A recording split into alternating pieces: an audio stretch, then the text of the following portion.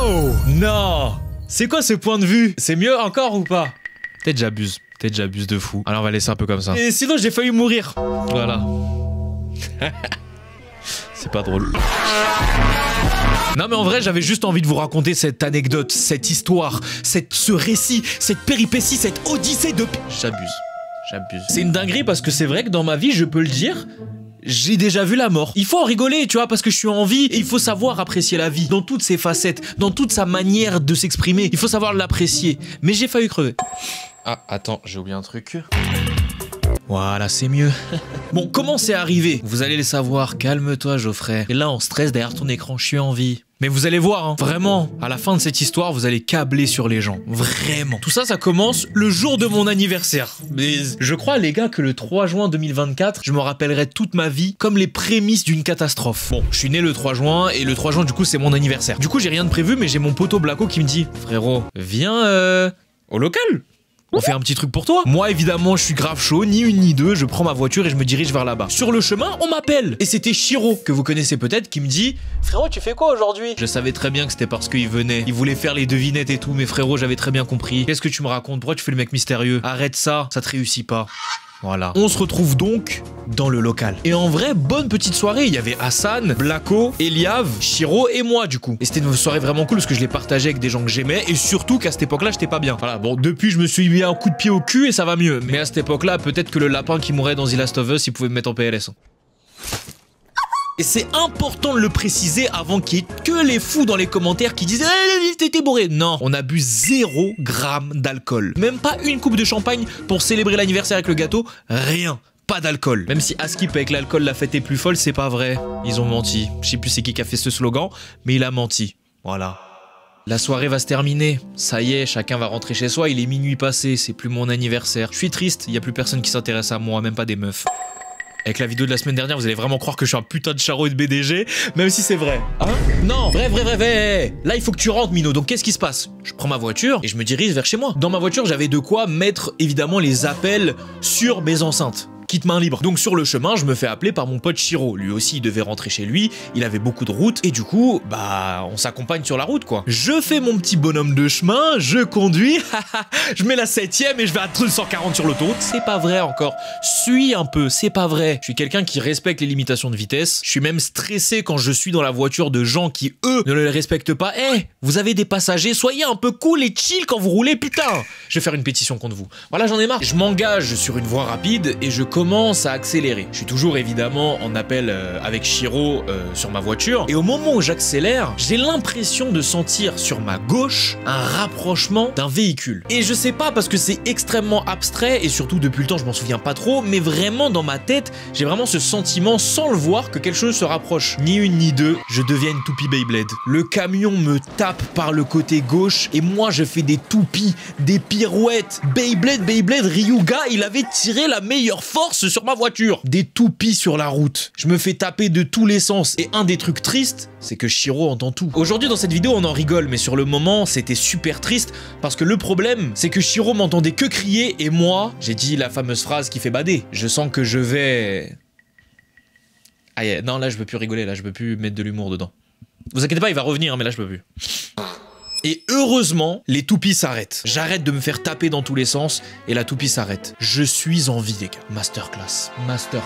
Et j'entends Shiro crier une dernière fois Mino avant que l'appel se coupe. J'ai pas le temps de réaliser ce qui se passe, qu'en fait, je me suis arrêté dans le sens inverse de circulation. Ce qui fait que moi, là, actuellement, je suis dans ma voiture, comme un PNJ.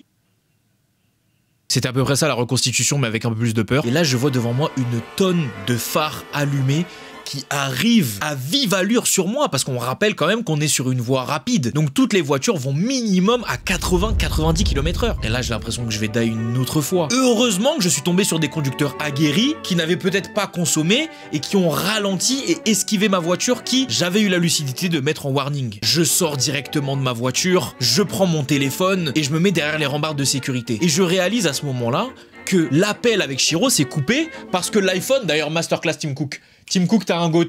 Tim Cook, tu nous as cook quelque chose. Même si c'était Steve Jobs, Je sais plus. Mais quand vous faites un accident, l'iPhone le détecte et appelle automatiquement les services d'urgence. C'est ce que mon iPhone avait fait. Comme un débile, j'ai raccroché. Non mais j'étais paniqué, c'est bon aussi. J'étais paniqué, j'ai raccroché. Pour prévenir évidemment l'une des personnes les plus importantes à mes yeux, ma mère. Je lui raconte, elle aussi elle est en panique, elle comprend pas. Et je lui dis que je vais essayer de prévenir les secours et à la fin de l'appel, j'appelle Shiro, qui lui était en PLS, qui lui en pouvait plus, et qui avait déjà prévenu mes autres potes, qui eux aussi étaient en PLS. Sauf que je suis vraiment dans une panique totale, et dans cette panique, j'appelle aussi Blacko, qui du coup était chez lui, mais prend sa voiture pour venir me chercher et tout. Et dans tout ça, moi j'oublie de prévenir les secours, donc ma voiture est toujours sur le chemin. Les gens ils sont là, ils font des slaloms, ils sont oh mais ils captent pas que moi j'ai vécu l'horreur. À un moment donné, un monsieur très gentil s'est arrêté au niveau de ma voiture. Il avait un genre de camion blanc. Du coup, il m'a dit, est-ce que il devrait prévenir les secours pour m'aider? J'ai bien évidemment dit oui, et c'est ainsi que quelques minutes et longues minutes d'attente arrivent, étant donné que je ne sais pas quoi faire. Et là, la police arrive. Malheureusement ou heureusement, vous le comprendrez très rapidement, le monsieur qui m'avait percuté, et ben en fait, il avait pas fui. Lui, il était là. Il a des couilles quand même, hein. Ah, t'as des couilles, mon ami, hein. Espèce de sale code. La police arrive au niveau de ma voiture et me demande des explications. Je leur explique tout et je précise bien que je n'ai pas bu d'alcool. Je ne suis pas bourré, je suis totalement conscient de ce que je fais et je suis totalement conscient qu'on m'a tapé par la gauche. Entre-temps, le monsieur qui m'a percuté est arrivé au niveau des policiers et a commencé à me demander des comptes en me disant « Mais frérot, qu'est-ce qui t'est arrivé? What the fuck?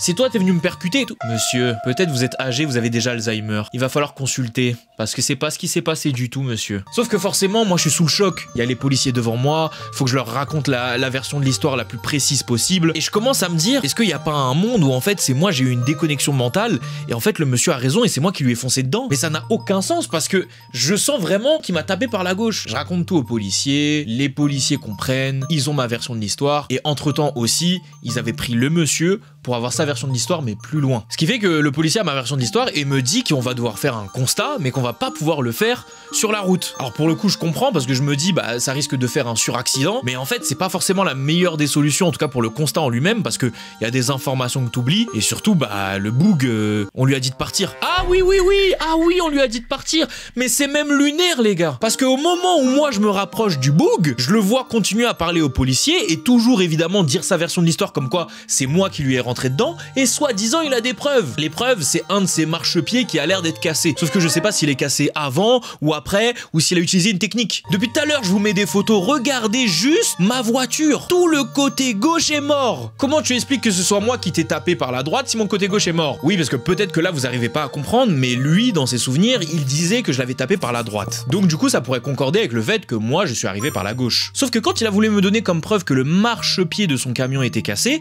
il m'a montré le marchepied qui était à la gauche de son véhicule. Je sais pas si vous arrivez à capter mais c'est impossible. Il y a quelque chose qui concorde pas dans l'histoire. Mais en plus de pas concorder, ce monsieur sentait la binouse. Ce monsieur sentait l'alcool, il avait un bide à bière. Bon, on va pas discriminer. Mais il sentait l'alcool. Il n'y a pas eu d'alcotest. Il n'y a pas eu d'alcotest.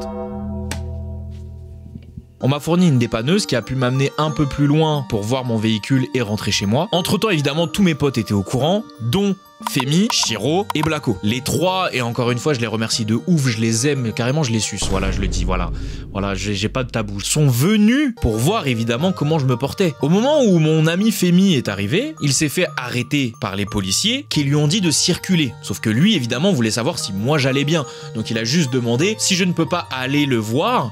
Est-ce qu'il va bien, au moins? Et c'est là que c'est lunaire, les gars. Est-ce que vous me croyez si je vous dis qu'il s'est fait insulter de sale noire en 2024? Il s'est fait insulter de sale noire. Lunaire. Et comment ça se finit, cette histoire? Qu'est-ce qui se passe? Parce que du coup, l'assurance doit rentrer en compte à un moment donné. Oui, l'assurance est prévenue. Moi, au final, je dors chez mon pote Blacko. Et après, plusieurs jours s'en suivent pour savoir qu'est-ce qui va se passer. Ma voiture est évidemment irréparable, donc elle part à la casse. J'ai l'occasion de la voir une dernière fois, et je vais même la voir avec ma mère, qui me dit...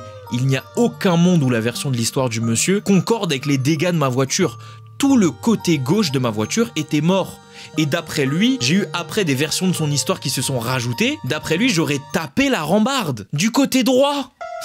Bon, je vais mieux réexpliquer parce que je peux avoir conscience que c'est un peu flou. Mais en gros, la version du gars, c'est que je l'aurais tapé par la droite. Et en le tapant par la droite, ça aurait provoqué de mon côté des pirouettes sur l'autoroute. Bon, déjà, je trouve que c'est physiquement impossible, mais soit. Ces pirouettes auraient fait que je serais passé devant son camion pour aller taper du côté droit de ma voiture la rambarde. Et après avoir tapé la rambarde, me remettre dans la voie juste à côté, proche de la ligne discontinue. Peut-être ma voiture, c'est Superman.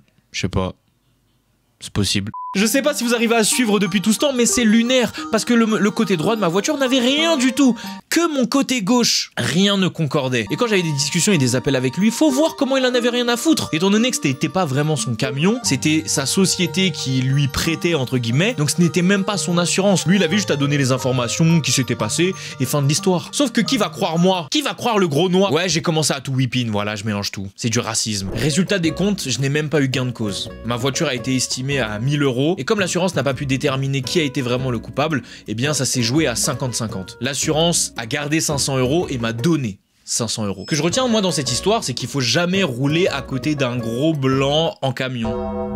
Ah, j'ai tout mélangé. Merde. Non, moi ce que je retiens de cette histoire, c'est qu'effectivement, il faut avoir un sang-froid de fou pour vraiment, en état de choc, pouvoir dire les choses comme elles le sont. Il faut aussi se rendre compte qu'en 2024, il y a encore des policiers qui sont problématiques de zinzin. Et c'est pas une blague. Même si je pense qu'il y en a beaucoup d'entre vous, vous savez que c'en est pas une. Mais surtout, le plus important, les amis, c'est que je suis en vie. Je suis juste ressorti de cet accident avec une égratignure au coude et un pouce qui me faisait mal. Je suis en vie. C'est tout ce qu'il faut retenir. Mais aussi, et ça je le dis pour toutes les personnes qui ont le permis, qui vont le passer ou qui sont en point de le passer, faites attention sur la route. Parce que au-delà de vous qui conduisez, il y a aussi les autres qui conduisent et les autres peuvent être tout aussi dangereux que vous. Donc faites gaffe. Dans tous les cas, moi je suis en vie et le gros monsieur pas beau dans son camion blanc, bah nickel. Ah, voilà, je l'ai dit. Voilà. Voilà, non mais je l'ai dit. Est-ce que vous avez eu des histoires similaires? Vous avez peut-être affronter potentiellement la mort. On le dit avec beaucoup de dérision, mais comme je vous ai dit au début de la vidéo, il faut apprécier la vie dans tous ses aspects, et surtout, si la vie nous permet de continuer à vivre derrière, autant en rigoler. On se retrouve la semaine prochaine pour une nouvelle vidéo, j'espère que vous kiffez cette DA. Salut!